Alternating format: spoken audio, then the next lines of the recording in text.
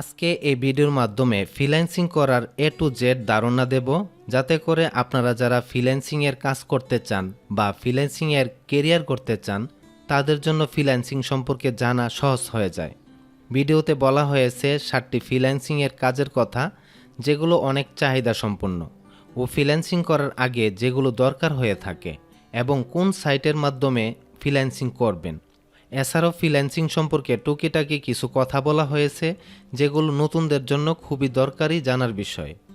তবে চলুন জেনে নেই 7টি সহজ এবং খুবই চাহিদা সম্পন্ন ফ্রিল্যান্সিংয়ের কাজসমূহ। 1 নম্বরে টি শার্ট ডিজাইন করার কাজ। টি শার্ট ডিজাইন করার কাজ প্রচুর রয়েছে ফ্রিল্যান্সিং মার্কেটপ্লেসে। আপনি চাইলে এই কাজটি করতে পারেন। আপনি যদি টি শার্ট ডিজাইন করার কাজ না জানেন, তাহলে ইউটিউবে সার্চ দিতে পারেন T shirt design tutorial Bangla বা টি শার্ট ডিজাইন টিউটোরিয়াল। এভাবে যদি আপনারা সার্চ দেন তাহলে কিন্তু অনেক টিউটোরিয়াল এসে পড়বে, সেখান থেকে আপনারা শিখে নিতে পারেন। তারপর 2 নম্বরে লোগো ডিজাইন করার কাজ। লোগো ডিজাইন করার কাজও প্রচুর রয়েছে ফ্রিল্যান্সিং মার্কেটপ্লেসে। আপনি চাইলে এই কাজটিও করতে পারেন। আপনি যদি লোগো ডিজাইনের কাজ না জানেন, সেই ক্ষেত্রে লোগো ডিজাইন টিউটোরিয়াল লিখে সার্চ করতে পারেন ইউটিউবে। দেখবেন অনেকগুলো টিউটোরিয়াল এসে পড়েছে, সেখান থেকে আপনারা আস্তে আস্তে শিখে নিতে পারেন। 3 নম্বরে বলবো ফটো এডিটিং করে ফ্রিল্যান্সিং। ফটো এডিটিংয়ের কাজও পাওয়া যায় প্রচুর। আপনি চাইলে এই কাজটিও করতে পারেন। যদি ফটো এডিটিংয়ের কাজ না জানেন, তাহলে আপনি ইউটিউবে সার্চ করতে পারেন ফটো এডিটিং ইন ফটোশপ। দেখবেন অনেকগুলো টিউটোরিয়াল এসে পড়ছে, সেখান থেকে আপনারা দেখে শিখে নিতে পারেন। তারপর 4 নম্বরে বলবো WordPress website development. WordPress website তৈরি করার কাজও রয়েছে প্রচুর ফ্রিল্যান্সিং মার্কেটপ্লেসে। আপনি চাইলে এই কাজটিও করতে পারেন। যদি ওয়ার্ডপ্রেস ওয়েবসাইট ডেভেলপমেন্ট না জেনে থাকেন, তাহলে ইউটিউবে সার্চ করতে পারেন WordPress website development for beginner. এভাবে যদি আপনারা সার্চ দেন এ রিলেটেড, দেখবেন অনেকগুলো টিউটোরিয়াল আসছে, আপনারা প্রাথমিক অবস্থায় এগুলো দেখে শিখে নিতে পারেন। তারপর 5 নম্বরে বলবো এসইও করে ফ্রিল্যান্সিং। এসইওর কাজও প্রচুর রয়েছে ফ্রিল্যান্সিং মার্কেটপ্লেসে। আপনি চাইলে এই কাজটিও করতে পারেন। যদি এসইওর সম্পর্কে কোনো ধারণাই না থাকে, সেক্ষেত্রে ইউটিউবে সার্চ করতে পারেন এসইও ফর ওয়েবসাইট। তাহলে দেখবেন অনেকগুলো ভিডিও এসে পড়ছে, সেখান থেকে দেখে দেখে শিখতে পারবেন। তারপর 6 নম্বরে বলবো ডাটা এন্ট্রির কাজ। ডাটা এন্ট্রির কাজ প্রচুর রয়েছে ফ্রিল্যান্সিং মার্কেটপ্লেসে। আপনি চাইলে এই সহজ কাজটিও করতে পারেন। আপনি যদি ডাটা এন্ট্রির কাজ না জানেন বা ডাটা এন্ট্রির মধ্যে কি ধরনের কাজ করা হয়ে থাকে যদি না জেনে থাকেন, তাহলে ইউটিউবে সার্চ করতে পারেন ডাটা এন্ট্রি ফুল টিউটোরিয়াল বা ডাটা এন্ট্রি টিউটোরিয়াল বাংলা। এভাবে করে আপনারা সার্চ করতে পারেন, দেখবেন অনেকগুলো ভিডিও এসে পড়ছে, সেখান থেকে দেখে দেখে শিখতে পারেন বা ধারণা নিতে পারেন।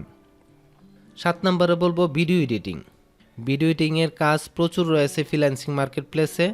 যেহেতু এখন ভিডিওর জেনারেশন চলতেছে, সেই হিসেবে ভিডিও এডিটিংয়ের কাজও প্রচুর রয়েছে। আপনি চাইলে এই কাজটিও করতে পারেন। যদি আপনি ভিডিও এডিটিংয়ের সম্পর্কে না জানেন, তাহলে প্রফেশনাল ভিডিও এডিটিং টিউটোরিয়াল লিখে সার্চ করতে পারেন ইউটিউবে। দেখবেন অনেক ধরনের ভিডিও টিউটোরিয়াল এসে পড়ছে।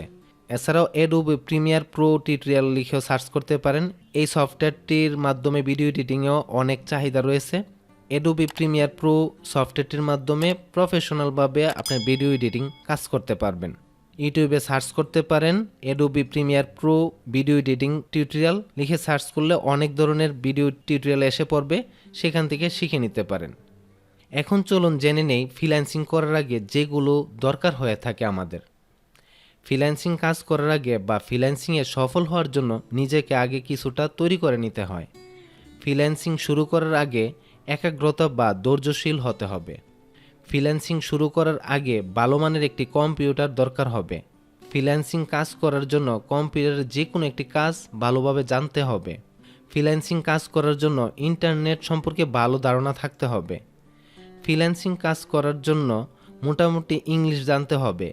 ইংলিশে মেসেজ পাঠানো বা উত্তর দেওয়ার মতো অভিজ্ঞতা থাকতে হবে, অথবা ইংলিশে কথা বলার মতো যোগ্যতা থাকতে হবে বিশেষ ক্ষেত্রে। এখন চলুন জেনে নেই কোন সাইটের মাধ্যমে ফ্রিল্যান্সিং করবেন। অনেক ওয়েবসাইট রয়েছে ফ্রিল্যান্সিং করার জন্য, তবে ফাইবার, ফ্রিল্যান্সার, আপওয়ার্ক এই 3টি সাইট অনেক জনপ্রিয়।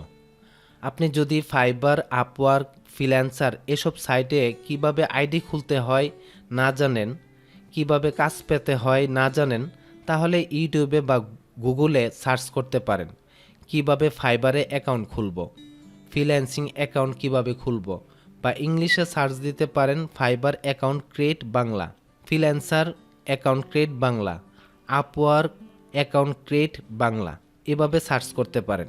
এভাবে সার্চ দেওয়ার পর দেখবেন অনেক ভিডিও বা লেখা এসে যাবে আপনার কাছে, তখন সেখান থেকে শিখে নিতে পারবেন। আমার সবশেষ কথা হলো, আপনি যে কাজটি শিখতে চান সেই কাজটি শেখার জন্য কিছুদিন মনোযোগ দিয়ে অনলাইনে পড়ে থাকুন। কিভাবে শিখতে পারেন বিভিন্নভাবে অনলাইনে সার্চ দিন। সবশেষে যদি নিজে নিজে শিখতে ও কাজ করতে না পারেন তাহলে কারো কাছ থেকে শেখার চেষ্টা করুন বা কোর্স করুন, কিন্তু প্রথমে কোনো কোর্সে ভর্তি হবেন না, তাহলে আপনি নিজে বুঝতে পারবেন না আপনাকে কি শিখতে হবে বা কি শিখতে হবে না। ফ্রিল্যান্সিং বেশি কঠিন কিছু না, তবে এতটা সহজও না যেভাবে কোর্স করানোর লোকজন বলে থাকে। ফ্রিল্যান্সিং করতে গেলে প্রথম অবস্থায় কিছুদিন সময় দিতে হয়। আপনি যদি কোনো চাকরি করে থাকেন তাহলে প্রথমেই চাকরির পাশাপাশি ফ্রিল্যান্সিং শুরু করতে পারেন নিজে নিজে। তারপর যদি কাজ পেতে থাকেন তাহলে প্রফেশনালভাবে করতে পারেন ফ্রিল্যান্সিং। আর যদি আপনি স্টুডেন্ট হন তাহলে পড়াশোনার পাশাপাশি ফ্রিল্যান্সিং করতে পারেন। যদি বেকার থাকেন তাহলেও শুরু করতে পারেন। আমার সাজেস্ট হলো চাকরি ছেড়ে ব্যবসা ছেড়ে ফ্রিল্যান্সিংয়ের লোভনীয় অফার দেখে শুরু না করাই ভালো, কারণ প্রথম অবস্থায় ফ্রিল্যান্সিংয়ের অনেক নিয়মকানুন শেখার থাকে ও কাজ পেতেও কিছুটা সময় লেগে যায়। আশা করি ফ্রিল্যান্সিং সম্পর্কে অনেক ধারণা পেলেন। আজ এ পর্যন্তই। ভিডিওটি ভালো লেগে থাকলে লাইক দিতে পারেন, কমেন্ট করতে পারেন এবং অবশ্যই চ্যানেলটিকে সাবস্ক্রাইব করবেন। আল্লাহ হাফেজ।